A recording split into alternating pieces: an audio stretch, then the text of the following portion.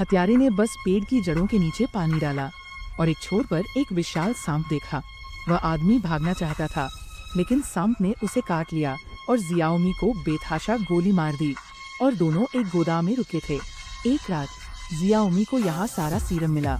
दोनों ने शिविर में लौटने की योजना बनाई, लेकिन दोनों ने जल्दी से आत्मसमर्पण करने के लिए हाथ उठाया और सीरम प्राप्त कर लिया। सीरम सौंप दिया और लड़ना शुरू कर दिया।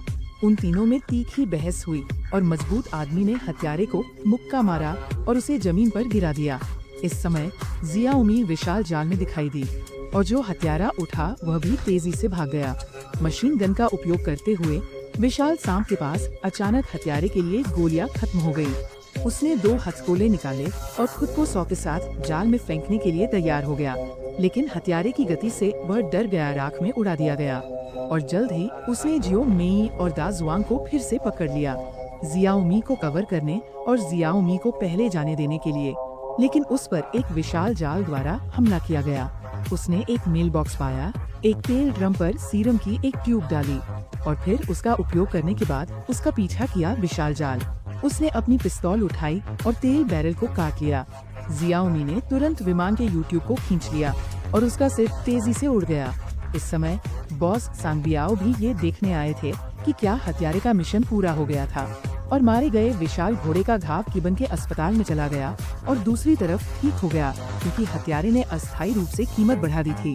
वो वास्तव में बदल गया सांगबियाओ के खिलाफ। उसने बॉस को दरवाजा साफ करने का आदेश दिया और हत्यारे ने हाथ उठाना शुरू कर दिया।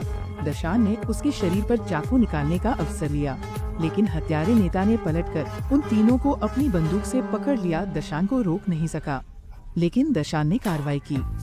ये देखकर सांगबियाओ बाहर भाग गया। दशान उपन्यास को अपने साथ ले गया और दोनों जाने वाले थे, लेकिन एक और हत्यारा आ गया।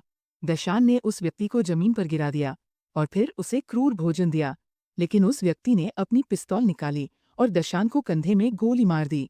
जब वो व्यक्ति दशान को मारने ही वाला था, जियाओमी समय पर पहुंची और उस व्यक्ति को बेतरतीब ढंग से गोली मार दी। वे जाना चाहते थे। सांगबियाओ एक स्वचालित राइफल के साथ आए। दोनों के पास सीरम सौंपने के अलावा कोई विकल्प नहीं था और कुछ लोगों के साथ सीरम को अपने शरीर में इंजेक्ट करने के बाद वह वर्षों के यौन संबंध के बाद तुरंत ठीक हो गए। खुशी से घूमो। अगला 1 सेकंड। भयंकर सांप ने सीधे